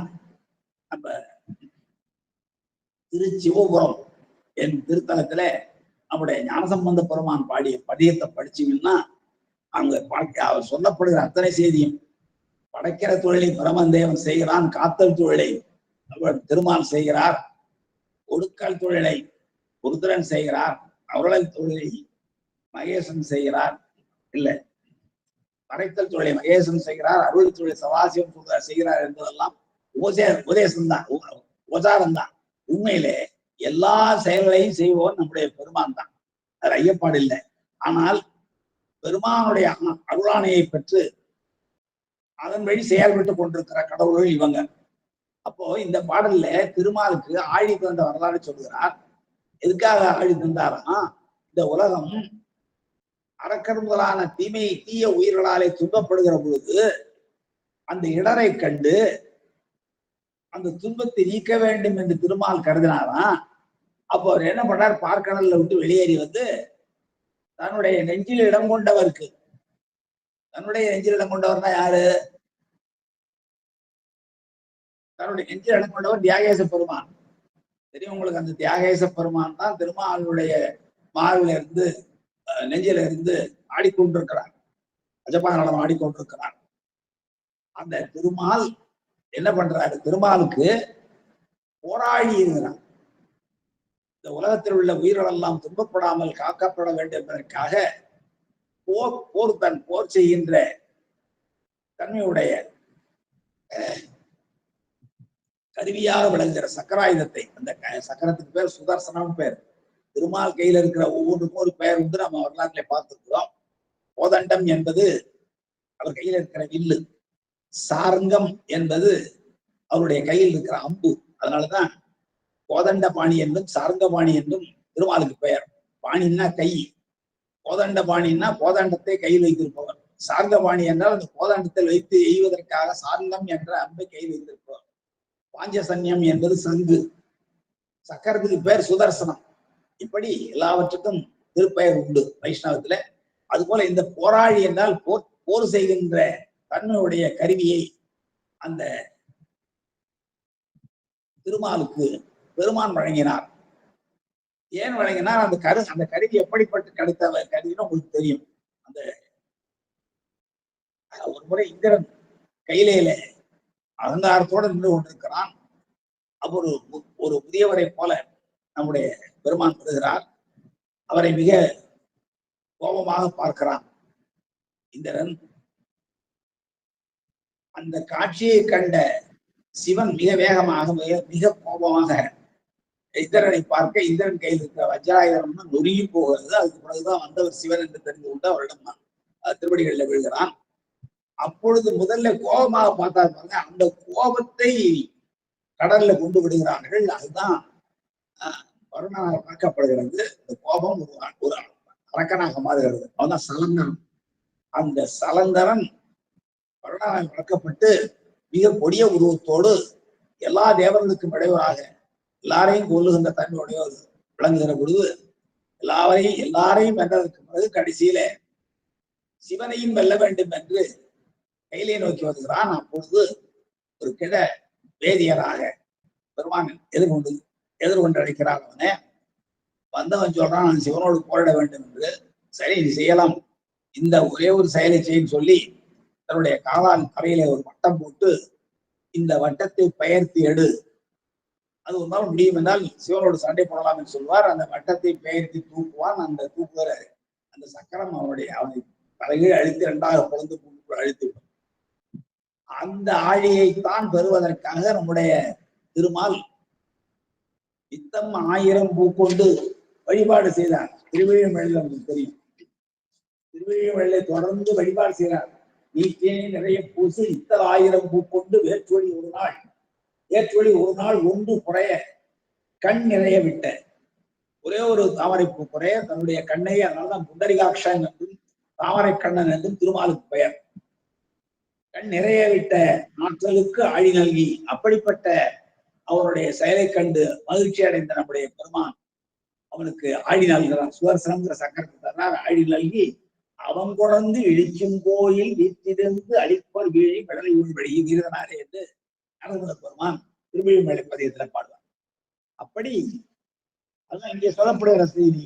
பாராழிவட்டம் பறையால் நலிந்தாட்டு என்றால் இந்த ஆழி சூழ்ந்த உலகம் எல்லாம் ஆழிவட்டத்தால் சூழப்பட்ட பார்ன உலகம். பறையால் நலிந்தாட்டு என்றால் பகைவர்களாலே நலிவுறுத்தி அழைக்கப்பட, அதனாலே மிக வருந்தி பாடி என்றும் ஆடி என்றும் பிரிக்கலாம். ஆடி என்றால் அலைந்து என்றும், பாடி என்றால் வட்டம்ட்டு என்றும் அவ்வாறு விளங்கி பேராழி மிக பெரும் கடல் போன்ற துன்பத்தை இடரை அடைய, அந்த துன்பத்தை கண்டு திருமால் கண்டு இடர் கண்டு அருள் செய்தல் பேணி எல்லா உயிர்களுக்கும் அருள் செய்தல் வேண்டும் என்று கருதி நீராழி விட்டேறி, நீராழி என்பது திருமால் பார்க்கடல்ல இருந்தார். பார்க்கடலிருந்து ஏறி வந்து நெஞ்சிடம் கொண்டவர்க்கு போராழி இந்த தன்னுடைய நெஞ்சில் தியாகேச பெருமானை இடமாக கொண்டு வழிபாடு செய்து கொண்டிருக்கிற அந்த திருமாலுக்கு போராழி இந்த போர் கைதியாக விளங்குகிற, எங்கே பகையால் நலிந்து பாடுகிற உயிர்களுடைய துன்பத்தை எல்லாம் போக்குவதற்கு திருமால் கையில அந்த சக்கரத்தை வழங்கிய போராழி இந்த புகழும் புகழுற்றதென்றே அந்த புகழ்தான் சிவபெருமானுடைய புகழாக நிலைத்திருக்கிறது என்று இந்த பாடல்ல திருப்பாசகத்திலே நம்முடைய ஞானசம்பந்த பெருமான் சொல்லுகிறார். அந்த பாடலுக்கு சேக்கடார் என்ன உரைப்பா தருகிறார் என்றால், பாவுற்ற பாராழி வட்ட திருப்பாட்டில் உண்மை காவல் தோழிலான் எனும் கண்ணனும், காவல் தோழிலான் எனும் கண்ணனும் காவல் விளை காக்கின்றான் என்று சொல்லப்படுகின்ற கண்ணன் என்பது அந்த கண்ணன் என்பதிலே இருக்கிற உண்மை இழிவு சிறப்பு. அவன் காவல் தொழிலே அவன் செய்யல, பெருமானுடைய அதிகாரத்தின்படி ஏவல் தொழில் செய்கிறவன் தான் அவன். அதான் இங்கே பாவுற்ற பாராழி வட்ட திருப்பாட்டில், இது பாவில் அமைந்த, பாவுற்ற என்றால் இந்த பாவில் சொல்லப்பட்ட பாராழி வட்டம் என்று தொடங்குகிற, அதான் பாராழி வட்டம் பகையால் அழிந்தாட்ட என்று திருப்பாசுரத்திலே தொடங்குகிற திருப்பாட்டின் உண்மை என்ன, உண்மை பொருள் என்ன என்றால், காவல் தொழிலன் எனும் கண்ணனும் காவல் தொழில் செய்கின்றான் என்று சொல்லப்படுகிற திருமாலும் காவல் பெற்று உலகத்தை காக்கின்ற காவல் உரிமையை, காவல் தன்மையை பெருமானிடம் பெற்று யாவர்க்கும் மேலாய ஈசன், எல்லாருக்கும் மேலாக விளங்குகிற ஈசன், ஈசத்துவம் உடையவர், ஐஸ்வர்யம் சர்வ ஐஸ்வர்ய சம்பர்ணகாயம் சொல்லப்படுகிற நம்முடைய பெருமானுடைய அருளாழி பெற்று, பெருமானுடைய அருளையும் பெற்றான், பெருமானுடைய ஆழியையும் பெற்றானான். பெருமானிடமிருந்து அருளையும் பெற்று, அருளாழி பெற்று என்றால் அது உண்மை தொகையாக கொள்ள வேண்டும். அருளும் ஆழியும் பெற்று, எப்போ பாராழி வட்ட திருப்பாட்டில் என்ன உண்மை சொல்லப்படுகிறது என்றால், காவல் தொழிலான் காவல் தொழில் பூண்டிருக்கிறான் என்று சொல்லப்படுகிற திருமாவாகிய கண்ணனாகிய திருமாலும் காவல் பெற்ற யாரிடம் இருந்த உரிமை பெறுகிறான், யாவர்க்கும் மேலாய ஈசன், எல்லாருக்கும் மேலானவன் ஈசன் தான். பெருமானுக்கணை யாரும் இல்லை, ஒரே இறைவன், பிறவாயாக்கு பெரியவன் இறைவன் பெருமான் ஒருத்தன் தான். மற்றவங்க எல்லாம் செத்து பிறக்கின்ற தெய்வங்கள் எல்லாமே எவராக இருந்தாலும் அது 100 கோடி பிரமர்கள் இருந்தனர், 6 கோடி நாரணன் அங்கனேன்னு பாடுவார். ஈரில்லாதவன் ஈசன் ஒருவனே. இந்திரன் கடல் மணல் என்ன அவ்வளவு பேர் இந்திரன். எத்தனை பேர் இந்திரர்கள் இருந்தார்கள் என்றால் கடல் மண்ணை போய் எண்ணுங்க, அவ்வளவு பேர் இந்திரர்கள். 100 கோடி பிரமர்கள் வந்தினர், 6 கோடி நாரணர் அங்கனே. ஈரில்லாதவன் ஈசன் ஒருவனே. ஈசன் என்ற சொல் ஈசத்துவம் உடையவன், எக்காலத்திலும் இறப்பே இல்லாதவன், எல்லா உயிர்களையும் தன்னுள் ஒடுக்கிக் கொள்ளுகின்றவன், அந்த மாதிரி எண்ணனார் உள்ளவன். எனவே எல்லா உயிர்களையும் எவன் ஒடுக்கிக் கொள்ளுகிற ஆற்றலுடையவனோ அவனேதான் எல்லாவற்றையும் மீள பிறப்பிக்கின்ற பொருள்நுட்பம் செய்கின்ற ஆற்றலுடையவன்.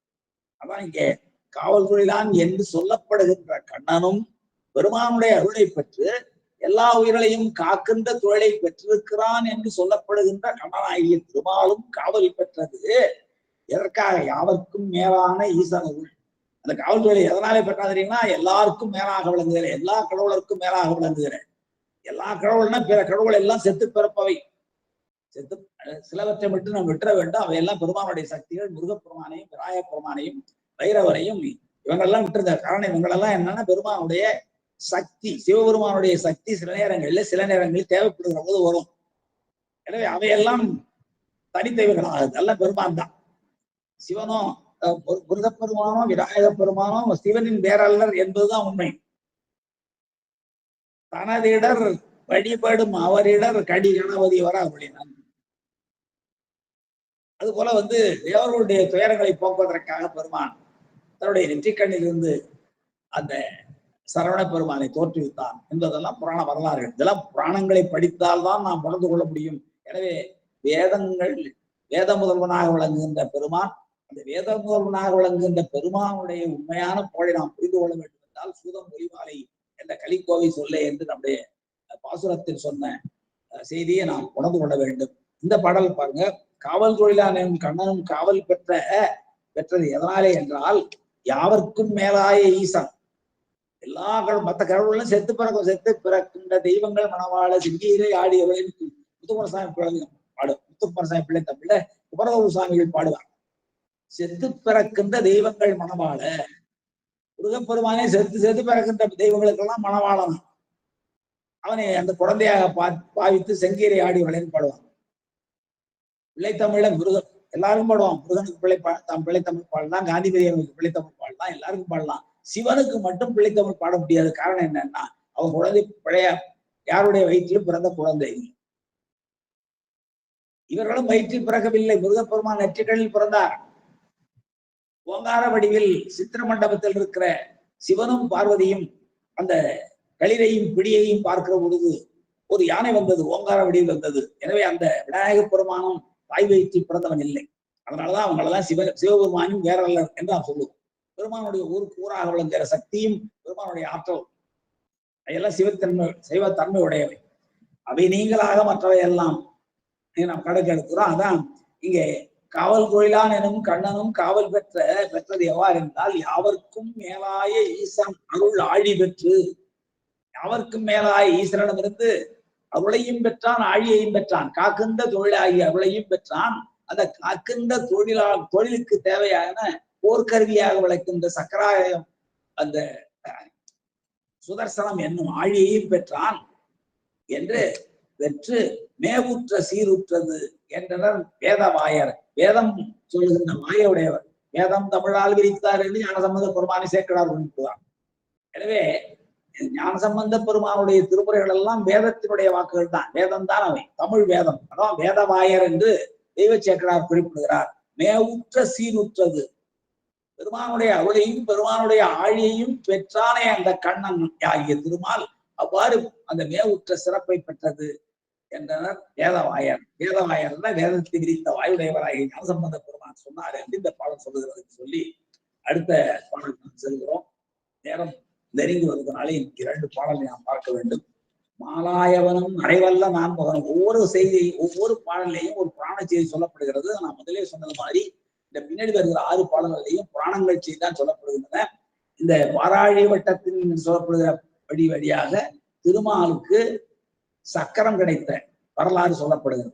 திருமாலுக்கு சக்கரம் கிடைத்த சுதர்சனம் என்னும் சக்கரம் கிடைத்த புராண வரலாறு சொல்லப்படுகிறது. அதற்கு முன்னாலே 18 புராணங்களையும் படிக்க வேண்டும் என்ற செய்தி சொல்லப்படுகிறது. அதற்கு முன்னாலே முதல் பாடல்ல சண்டேச பெருமானுடைய வரலாறு சொல்லப்படுகிறது. அடுத்தது 2வது பாடல்ல சூத முனிவர் சொன்ன ஒலிமாலை ஆகிய புராணங்களை படியுங்கள் என்று சொல்லப்படுகிறது. 3வது பாடல்ல வராழி வட்டம் என்று சொல்ல பாடல்ல திருமாலுக்கு சக்கரம் கிடைத்த வரலாறு சொல்லப்படுகிறது. அடுத்து இப்போது நாம் பார்க்க இருக்கிற பாடல் மாலாயவனும் அரைவல்ல நான்முகனும் பாலாய தேவர் பகரில் அமுதூட்டல் பேணி காலாய முன்னீர் கடைந்தார்க்கு அரிதாய் எழுந்த ஆளாரம் உண்டங்கு அவருக்கு அருள் செய்ததானே என்று பெருமான் நஞ்சுண்ட வரலாறை சொல்கிறார். பெருமானுடைய கழுத்து ஏன் திருநீலகண்டமாயிற்று? அந்த திருநீலகண்ட வரலாறு நமக்கு வேண்டும் அல்லவா? அப்போ பார்க்கடலை ஏன் கடைந்தார்கள்? தேவர்கள் அமுதம் உண்டு நீண்ட காலம் வாழ வேண்டும். அமரத்துவம் பெற வேண்டும், மரித்தல் என்றிருந்து காலம் தள்ளி போட வேண்டும், அதன் வழியாக நாம் பலகாலம் அரக்கர்களோடு போர் செய்து உயிரோடு இருக்க வேண்டும் என்பதற்காக அவர்கள் அரக்கர்கள் அமிர்தம் வேண்டி பார்க்கடலை கலைந்தார்கள் நமக்கு தெரியும். அப்போ மாலாயவன் திருமால் என்றவனும் மறைவல்ல நான்முகனும் 4 மறைகளிலும் வல்லவனாக விளங்குகிற நான்முகனாகிய பிரமதேவனும் பாலாய தேவர் அவன் பக்கத்திலே இருக்கிற தேவர்கள் பலரும் பகரில் அமுதூட்டல் பேணி சொல்வதற்கரிய சிறப்புகள் உடைய பலவற்றை உடைய அமுதை உண்ண வேண்டும் என்பதற்காக காலாய முன்னீர் கடைந்தார். அதற்கு வழியாக விளங்குகின்ற கடல், முன்னீர்னா கடல் நட்பம் தெரியாது, ஆக்கல் அழித்தல், படைத்தல் காத்தல் அழித்தல் ஆகிய 3 செயல்களையும் செய்வதனாலே கடலுக்கு முன்னீர் என்று பெயர். தவறாக சில பேர் ஆற்று நீர், ஊற்று நீர், வேற்று நீர் என்று சொல்லுவார்கள். இந்த ஆற்று நீர், ஊற்று நீர், வேற்று நீர் எல்லாம் ஒரே நீர் தான், எல்லாம் கடல்ல இருந்து வருவதுதான். எனவே அந்த பொருள் பொருத்தமற்றது. முன்னீர் என்றால் படைக்கின்ற செயலையும் காக்கின்ற செயலையும் அழிக்கின்ற செயலையும் ஆக முன்னீர்மையும் உடையதனாலே அந்த 3 இயல்புகளையும் தன்மைகளையும் தன்னகத்துக் கொண்டதனாலே கடலுக்கு முன்னீர் என்று பெயர். அப்போ காலாய முன்னீர் என்றால் அதற்கு துணையாக விளங்குகிற எதற்கு பகரில் அமுதூட்டல் பேணி யாராருக்கு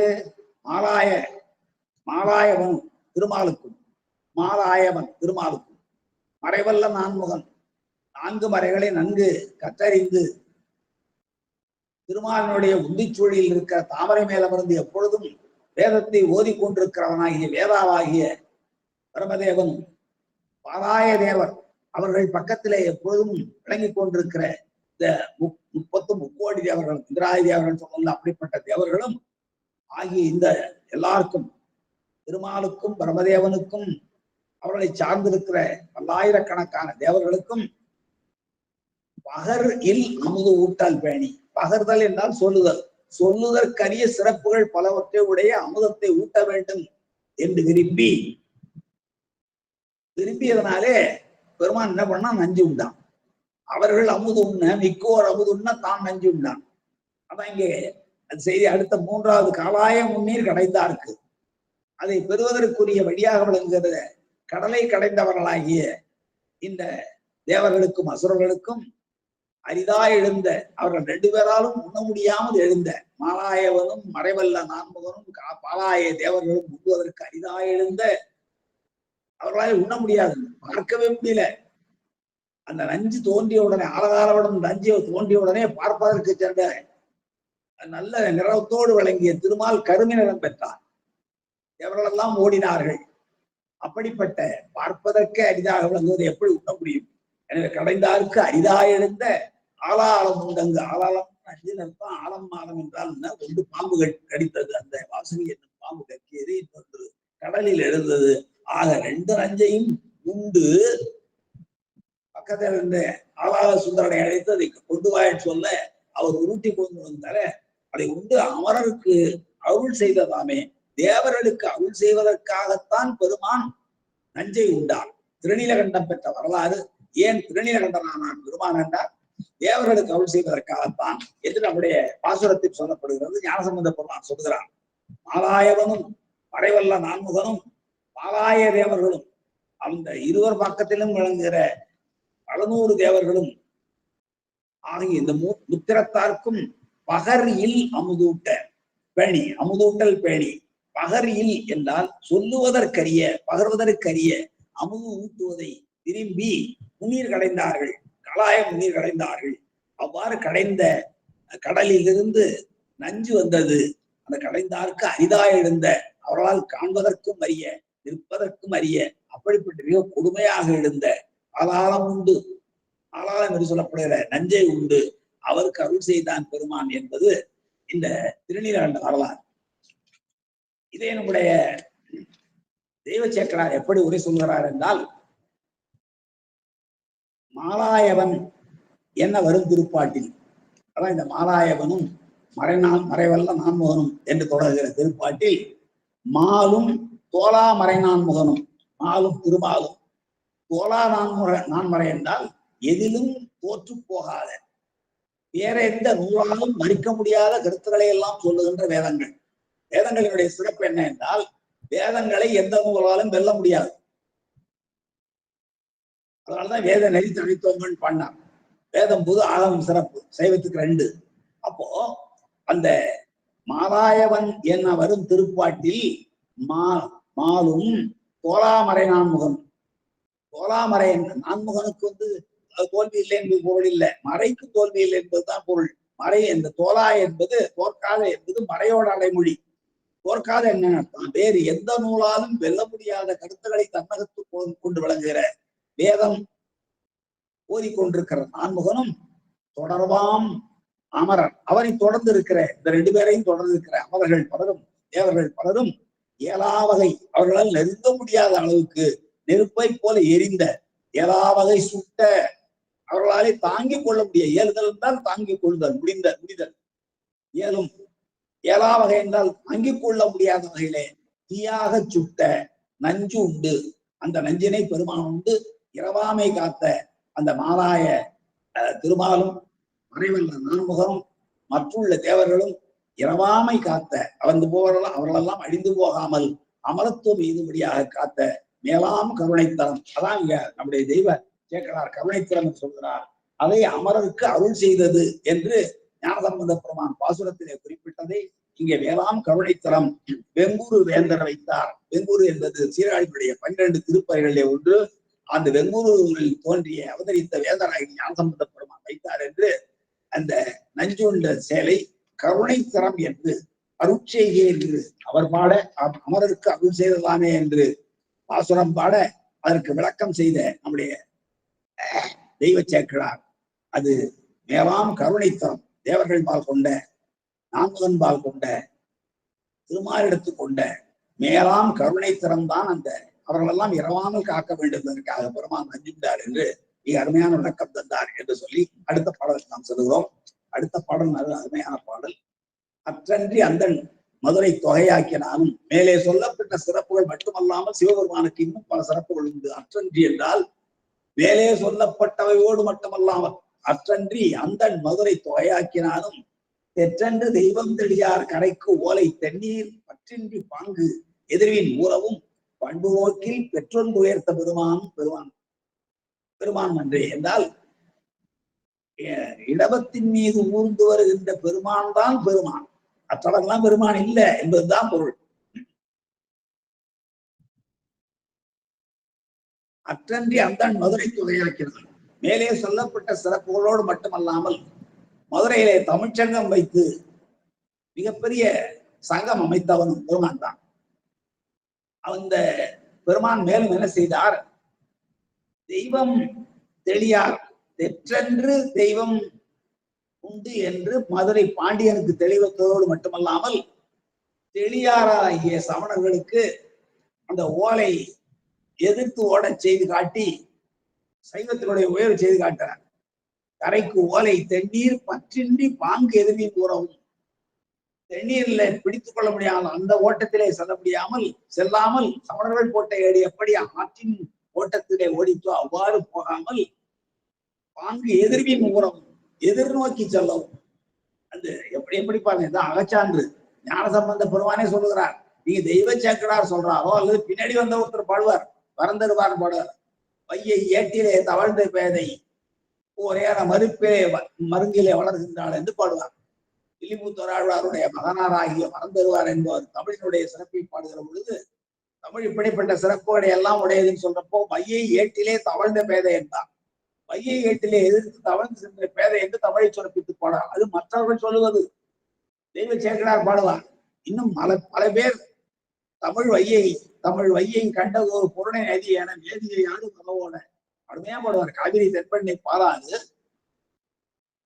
தமிழ் வையை கண்டது ஒரு புறணை, தமிழ் கண்டது ஒரு வையாறு தமிழ் எல்லாரும் அந்த வையை சொல்லுகிற பொழுது அங்கே அந்த ஓலை எதிர்த்து சென்றதை பாடுவார்கள். அது போல மற்றவர்கள் சொல்வது புறச்சான்று.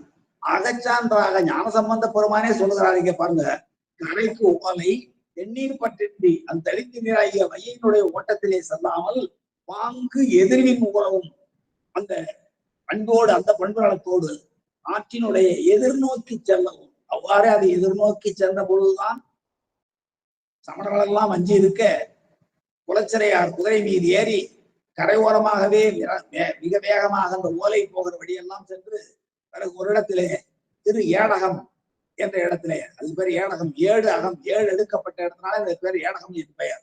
திரு ஏடகம் என்னும் இடத்துல அந்த ஓலையெல்லாம் எடுத்து தன்னுடைய தலையிலே சுமந்து வந்த செய்தியை பெரிய புராணத்தில் நாம் பார்க்கிறோம். குலச்சிறையாருடைய செயலை பார்க்கிறோம். அப்படி பற்றின்றி பாங்கதர் எதிர்வின் உறவும் பண்பு நோக்கில் அந்த தன்மைகளை எல்லாம் பார்ப்போமானால் பெற்றொன்று உயர்த்த பெருமான். பெற்றம் ஒன்று, பெற்றேற்றால் பெற்றம் என்று சொல்லியுடைய பெற்றம்னா ரிஷபம். ரிஷபம் ஒன்றை தன்னுடைய வாகனமாக கொண்டு ஊர்ந்த பெருமான் தான் பெருமான், மற்றவர்கள் எல்லாம் பெருமான் இல்லை. அதுக்கு காரணம் என்ன என்றால், இந்த மதுரையிலே தமிழ்ச்சங்கம் வைத்து தமிழை வளர்த்த அந்த பெருமான் தான் தேராத சமணர்களுக்கு அவருடைய ஓலை ஆற்றோடு உடைச்சி சைவ நெறிதான் சிறந்த நெறி என்று தெளிவில்லாதவர்களாகி அவர்களை தோல்வி வரச் செய்தோடு மட்டுமல்லாமல் பாண்டியனை தெளிய செய்தது மட்டுமல்லாமல் அவனுக்கு முன்பாக நம்முடைய ஞான சம்பந்த அது வந்து வைகை கரை ஒரு பெரிய மண்டபமாக இங்கே தீட்சண செய்திகளை எல்லாம் அடையுது புராணங்களை நாம் பார்க்கலாம். இங்கே கரைக்கோலை தண்ணீர் பற்றின்றி ஆற்றின் ஓட்டத்தின் வேகத்தில் செல்லாமல் பாங்கு எதிர்வின் ஊரவும் எதிர் சென்று போகும். அதுக்கு நல்ல எடுத்துக்காட்டுகளை சொல்வார்கள். அதை நம்ம பின்னாடி பார்க்கிறோம். தேவி சேக்கலாரை சொல்லியிருக்கிறார், பாங்கு எதிர்வின் ஊரவும். அப்படிப்பட்ட சிறப்பை நாம் பார்ப்போமானால் பெற்றொன்று பெற்றம் போன்று என்பதுதான் பெற்றொன்றில் வருகிறது. பெற்றம் என்பது இடபத்தை குறிக்கும். அந்த ஊர்ந்த அது உயர்ந்த, அது உயர்ந்தன்னு சொன்னா அந்த ஊர்வமா அதை ஆகனமாக கொண்டு ஊர்ந்த என்று சொல்லலாம். ஏற்றுயர் கொடி உயர்ந்த கொடியாக பெற்றவர் என்று சொல்லலாம். அவ்வாறு உயர்ந்த பெருமான் தான் பெருமான் என்று நம்முடைய பாசுரம் சொல்லுகிறது. அந்த பாசுரம் சொல்லுகின்ற செய்தியை தெய்வ சேக்கலார் எப்படி பாடுகிறார், எவ்வாறு உரை விளக்கம் சொல்கிறார் ஒரு பாடல் என்றால் பாருங்க. ஆன அற்றன்றி அந்தன் என்னும் திருப்பாட்டில் மேலே சொல்லப்பட்ட அற்றன்றி அந்தன் மதுரை தொகையாக்கினானும் என்று தொடங்குகிற திருப்பாட்டில் மாநகர் சங்கம் வைத்தவன். அந்த மதுரை மாநகரிலே கூடல் மாநகர் 4 மாடல்கள் கூடலாக என்ற அந்த மதுரை மழையில் அடிந்து போகாமல் காப்பாற்றியது அல்லவா? அதனால மாடக்கூடல் என்பேன், நான் மாடக்கூடல். அந்த மதுரைக்குள்ள பல பெயர்களே ஒன்று கூடல். திருவிளையாடல் படத்தை பண்ண அளவாய் கண்டம், மதுரை கண்டம், கூடல் கண்டம் தான் இருக்கும். அப்படி கூடல் மாநகர் சங்கம் வைத்தவன், கூடல் மாநகர் ஆகிய மதுரையிலே தமிழ்ச்சங்கம் வைத்தவன், தமிழ்ச்சங்கம் வைத்து தலைமை புலவராக விளங்கியவர். திரிபுரம் எரித்த விரிசடை கனவும் குற்றம் எரித்த பாடவேடும் மற்றும் பல புலவரையும் 49 புலவர்களை சொல்லி இவர்களெல்லாம் சிறந்து விளங்க தலைமை புலவராக விளங்கினான் இவருடைய பெருமான் என்று இறையனார் கல்வியல் கூறும். அப்படி அற்றன்றி அந்தன் என்னும் திருப்பாட்டில் கூடல் மாநகர் சங்கம் வைத்தவன், மதுரை மாநகரிலே தமிழ்ச்சங்கம் வைத்தவன்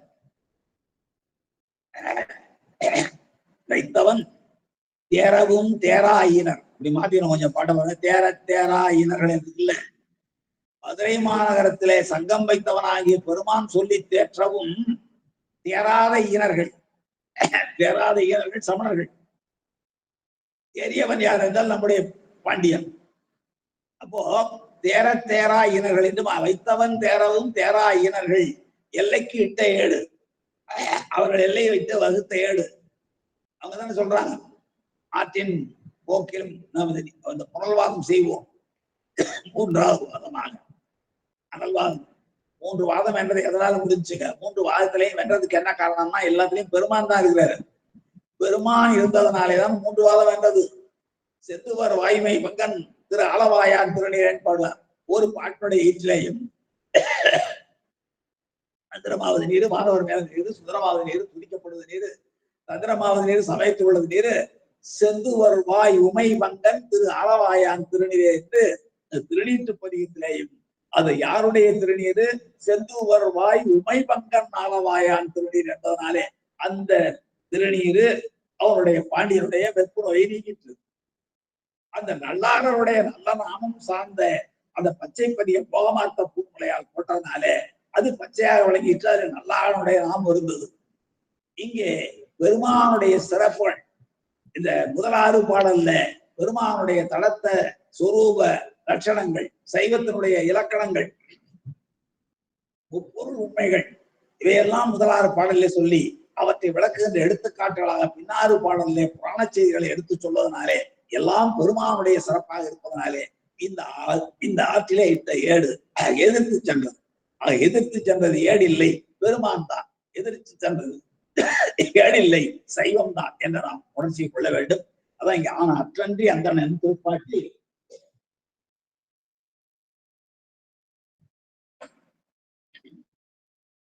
மாநகர் சங்கம் வைத்தவன், கூடல் மாநகர் சங்கம் வைத்தவன் பாண்டியன். அந்த பாண்டியன் தேரவும் அவன் தேற்றவும் தேராதவர்களாகிய சமணர்கள், ஈனர்கள் அவர்கள் எல்லையாக வகுத்தது இந்த புனல்வாதம். இந்த புனல்வாதத்துல இட்ட ஏடு எதிர்ந்து செல்லில் எதிர்த்து செல்லுமானால் அவ்வாறு செல்வதற்கு அடிப்படை காரணம் ஞானம், ஈசன்பால் அன்பு. செல்வதற்கு காரணம் ஈசன்பால் அன்புதான் காரணம். ஈசன்பால் வைத்த அன்புதான் ஞானம். ஈசன்பால் வைத்த அன்பு ஆகிய ஞானம்தான் காரணம். அதனாலேதான் அந்த ஏடு எதிர்ந்து சென்றது என்றனர். ஞானம் உண்டார் எப்போது சிவஞான தொழுமுகத்தை விட்டவர்களாகிய ஞானசம்பந்த பெருமான் சொன்னார் என்று இந்த பாடலுக்கு நாம் விளக்கம் பார்க்கிறோம். விளக்கம் சொல்றாங்க. நாம் பின்னாடி வர்ற ஒரு உதாரணத்தை, மற்றற்ற துறவிகளுடைய மனம் எப்படி பிறவியாற்றை எதிர்த்து செல்லுமோ, பிறவி என்னும் ஆறு வைகை ஆற்றுங்கோ, வைகை ஆற்றில இட்ட ஏடு ஆற்றின் போக்கில் செல்லாமல் எதிர்த்து சென்றவல்லவா. அதுக்கு ஒரு நல்ல எடுத்துக்காட்டு. எப்படி துறவியர்களுடைய உள்ளம் இந்த உலக வாழ்க்கையில் ஈடுபட்டு மீண்டும் மீண்டும் பிறப்புக்கு ஆளாக்குங்கிற உலக வாழ்க்கையில் ஈடுபட்டு பிறவிக்கு வரமாட்டார்களோ, எப்படி அவர்களுடைய உள்ளம் பிறவி ஆற்றை எதிர்த்து செல்லுமோ, அதை போல வைகையில இட்ட ஏடு எதிர்த்து சென்றது என்ற உவமையை பின்னாலே வருகிற ஒரு பாடல் வழியாக நாம் பார்க்கிறோம். அது இந்த பாசுரத்துக்கான விளக்கத்திற்கும் பின்னாலே வருகிற பகுதி. அதை அன்பர்கள் படித்தறிந்து கொள்வார்களாக. இப்போ இந்த பாடல் தான் ஞானசம்பந்த பெருமான் புனல்வாதம் சமணர்களோடு செய்தார். அப்போது ஆற்றிலிட்ட ஏடு வையை ஆற்றை எதிர்த்து சென்றது என்ற அற்புத நிகழ்ச்சிக்கு நல்ல அகச்சான்றாக, அகச்சான்று என்றால் ஞானசம்பந்த பெருமானே பாடிய அகச்சான்றாக விளங்குகிறது நாம் பார்க்கிறோம். அதான் இங்க பாருங்க, இந்த தெற்றென்று தெய்வம் தெளியார் கரைக்கோலை தண்ணீர் பற்றின்றி பாங்கு எதிர்வின் ஊறவும் எதிர்நோக்கி அந்த ஓலை போகவும் பண்பு நோக்கில் அந்த அந்த தன்மையை நாம் பார்ப்போமானால் ஞானம் ஈசன்பால் அந்த பெற்றொன்று உயர்ந்த பெருமான் தான் பெருமான் என்ற சிவனை தவிர வேறு எந்த தெய்வமும் இந்த செயலை செய்ய முடியாது. அப்படிப்பட்ட ஆற்றல் மிக்க சமயம் சைவ சமயம். அந்த சமயத்தினுடைய தலைவன் சிவன் என்பதை உணரச் செய்கிறார் இந்த பாசுரத்தின் வாயிலாக. அதற்கு நம்முடைய தெய்வ சேக்கிழார் ஞானம் ஈசன்பால் அன்பே என்று சொன்னார் ஞானசம்பந்தர் என்பதை, ஞானம் உண்டார் சொன்னார் என்று ஞானம் ஈசன்பால் அன்பே என்பதனை அரசன் தேர தெளிவுபடுத்தினார் ஞானசம்பந்த பெருமான் இந்த பாடல் வழியாக. அதே நேரத்துல அந்த பாண்டியன் சொல்லவும் இறைவன் சொல்லவும் தேரவும் தேரா ஈசன் தேரா ஈனர்கள் சமணர்கள் தேரவில்லை. அந்த தேராத சமணர்கள் தான் இந்த புனல்வாதத்துக்கு அழைத்தார்கள். ஆனால் இங்கே ஞானம் ஈசன்பால் அன்பு என்ற உறுதியான கோட்பாட்டை அரசன் தேர்வுமடியாக எடுத்து சொன்னார் ஞானசம்பந்த பெருமான் என்பதை இந்த பாடல் வழியாக நாம் அறிந்துள்ளோம். நிறைவான பாடல் திருக்கடைக்காப்பு. சற்றே நேரமாகிவிட்டவனாலே இந்த ஒரு பாடலை நான் தெரிந்து முடித்து விடுகிறேன். நல்லார்கள் சேர் புகழி ஞான சம்பந்தம். நல்லவர்கள் வாழ்கின்ற புகழி. நல்லவர்கள் என்றால் சிவஞானிகள், எப்பொழுதும் சிவத்தன்மையோடு, இன்னும் சொல்ல போனால் எல்லா உயிர்களுக்கும் செந்தன்மை பூண்டு கொள்கின்ற அந்தணர்களும் எல்லோரும் நன்றாக வாழ வேண்டும் என்ற உள்ளம் கொண்டு அதற்காக உழைக்கின்ற பிறதுக்காக வாழ்கின்ற ஞானிகளும், அப்படிப்பட்ட பலர் சேர்ந்து வாழ்கின்ற புகழி. அந்த புகழியில் அவதரித்த ஞான சம்பந்தன் நல்ல எல்லார்களும் பரவும் எல்லார்களாலும் பரவப்படுகிற நல்ல ஈசனை பெருமான். எல்லாராலும் பரவப்படுகிற ஈசன். ஒரு காலத்துல படிநிலையில எல்லாரும் சிவனை வழிபடுவார்கள் என்பது ஞான சம்பந்த பெருமானுடைய அழுத்தமான நம்பிக்கை. படிநிலையிலிருந்து ஒவ்வொரு நிலையிலும் பல்வேறு சமயங்களில் அறுவகை சமயத்தோருக்கும் அவ்வொரு தன்மையாக விளங்குகிற பெருமான் ஒரு காலத்தில் எல்லாராலும் வணங்கப்படுவான் என்ற கோட்பாட்டில் நல்ல எல்லார்களும் பரவும் ஈசனை ஏற்றுப்பாடல், எல்லார்களாலும் போற்றப்படுகிற ஈசனாக விளங்குகிற, ஈசத்துவம் விளங்குகிற, சர்வ ஐஸ்வர்யனாக விளங்குகிற அப்படிப்பட்ட பெருமானை ஏத்தி பாடுகிற இந்த 10 பாடல்களும் ஏத்து பாடல் பல்லார்களும் மதிக்க பாசுரம் சொன்ன, பலரும் மதிக்கிற அளவுக்கு திருப்பாசுரம் என்னும் தலைப்பில் அமைந்த ஒரே ஒரு பதியம் இதுதான். இந்த பாசுரம் சொன்ன 10 12 பாடி இருக்கிறாரு. ஏன் 10 சொன்னார்னா, வழக்கமாக ஒரு பதியத்துக்கு 10 வரும். இலக்கணையின் பேரு விட்ட இலக்கணை, விடாத இலக்கணை, விட்டு விடாத இலக்கணை எல்லாம் இலக்கணத்துல நிறைய இருக்கு. அந்த செய்திகளை எல்லாம் ஒப்பிட்டு அறிந்து கொள்ளுங்கள். 10 என்று சொன்னார்னா 10 இல்ல, 12 இருந்தாலும் பதியத்துக்கு 10 தான் அந்த அளவில் தான் சொல்கிறார் என்பதை நாம் கொள்ள வேண்டும். பல்லார்களும் மதிக்க பாசுரம் சொன்ன 10 பல்லார்கள் இந்த 10 பாடல்களை, இந்த பாசுரத்தில் சொன்ன 10 பாடல்கள் இல்ல 12 பாடல்கள் நாம் கொள்ள வேண்டும். அதான் இலக்கணை. அவ்வாறு பாசுரம் சொன்ன 10 வல்லார்கள் வானோர் உலகளவும் வல்லர் என்றே, வானவர்களுடைய உலகத்தை ஆளுகிற அளவுக்கு வலிமை உடையவர்களாக விளங்குவார்கள். என்ன பொருள் என்றால், சிவஞானிகள் வாழ்கின்ற புகழி. அப்படிப்பட்ட சீர்காழியிலே அவதரித்த ஞானசம்பந்தன் அவர் மெய்யன்பனால் நன்கு வணங்கப்படும் சிவனை போற்றி பாடுகிற இந்த பதிகத்தை, பலராலும் மதிக்கப்படுகிற இந்த திருப்பாசுரத்தை ஓத வல்லவர்கள் வானுலை ஆளுகின்ற வலிமை பெறுவார்கள் என்று பாசுரம் சொல்லுகிறது. இந்த பாசுரத்துக்கு நம்முடைய தெய்வ சேக்கரார் நிறைவாக சொல்லுகிற விளக்கம் தான் 23 பாடல்கள் பார்க்கிறோம் இல்லையா, அதுல நிறைவாக சொல்லுகிற இந்த பாடல்ல பெரியார் பொழில் சண்பையர் வேந்தர் மெய்ப்பாசுரத்தை குறியேறிய எல்லை அறிந்து கும்பிட்டேன். குறியேறிய எல்லை எந்த அளவுக்கு அடக்கம் பாருங்க. அடக்கம் சொன்னா நம்முடைய நாயன்மார்கள் அத்தனை பேரிடம் பார்க்கலாம். நாயன்மார்களுடைய வரலாற்றை ஒரு பெட்டகமாக தொகுத்த தெய்வ சேக்கிழாரிடம் அப்படியே நாயன்மார்கள் எல்லோரையும் ஒவ்வொரு நாயன்மாரை சொல்கிற பொழுது என்ன சொல்வார், இவருடைய திருவடியினாலே நான் அடுத்த நாயன்மாருடைய வரலாற்றை சொல்கிறேன் சொல்வார். அவருடைய திருவடிகளை வணங்கிய வணக்கத்தினாலே அடுத்தவருடைய வரலாற்றை சொல்கிறேன் என்றார். அப்படி இங்க ஞான சம்பந்த பெருமான் திருவடி உணர்த்தியனாலே அதை சொல்றார் பாருங்க. பெரியார் பொழில் சண்பையர் வேந்தர், வெறியின்னா வாசனை, மனம் கமழ்கின்ற மலர்கள் நிறைந்திருக்கிற பொழில்கள் சூழ்ந்த சண்பை என்னும் திருத்தலத்தில் அவதரித்த சண்பை வேந்தராகிய ஞானசம்பந்த பெருமானுடைய மெய்ப்பாசுரத்தை, உண்மையான புறநிலையை காட்டுகிற இந்த பதிகத்தை, மெய்ப்பாசுரத்தை, ஏன்னா உண்மையான புறநிலையத்தை, சைவம் என்றால் என்ன என்பதை காட்டுகின்ற தன்மை. ஏன்னா நீங்க 2 வேலை அந்த சுரவாதமும் அனல்வாதமுமே போதும் என்றாலும் 3 முறை நாங்கள் செய்ய வேண்டும் என்று 3வது முறையாக ஒரு வாதத்திற்கு சமணர்கள் அழைக்க, அந்த வாதில் தோற்றால் என் வேந்தனை எம்மை கழுவேற்றுவான் என்ற அந்த உறுதியையும் அவர்கள் தர, அதனாலே அந்த வெற்றியை பெற்றார் நம்முடைய ஞானசம்பந்த பெருமான். அந்த பாசுரம் வெற்றியை தந்த பாசுரம், சைவத்திற்கு சிவத்திற்கு வெற்றியை தந்த ஒரு பாசுரம். அப்படி வெறியார் பொழில் சண்பையர் வேந்தர் மெய்ப்பாசுரத்தை குறியேறிய எல்லை, அந்த பாசுரத்தை இதுதான் சைவ சமயத்தினுடைய குறிக்கோள் என்று நான் அறிந்து கும்பிட்டேன் அல்லேன். எனக்கு தெரிந்து நான் இவ்வாறெல்லாம் பாடவில்லை. இந்த 11 பாடல்களிலே பாடியிருக்கிறார். விளக்கம் 23 பாடல்களிலே விளக்கம் தந்திருக்கிறார். விளக்கம் தந்திருக்கிற தெய்வ சேக்கிழார் என்ன சொல்லுகிறார் என்றால், சண்பை வேந்தராகிய ஞானசம்பந்த பெருமானுடைய பாசுரத்தை, அதிலே சொல்லப்பட்டிருக்கிற கருத்துக்களை, சிவநெறிகளை, பெருமானுடைய ஆற்றல்களை, புராண செய்திகளை நான் குறிக்கோளாக கொண்டு இந்த கருத்துக்களை, இந்த புராண விளக்கத்தை, திருப்பாசுர விளக்கத்தை தரவில்லை. அறிந்து கும்பிட்டேன் அல்லேன். பிறகு எப்படி நான் சொல்ல முடிந்தது என்றால், சிறியேன். இந்த பெரியவர்கள் எப்பொழுதும் அப்படித்தான் இருப்பாங்க.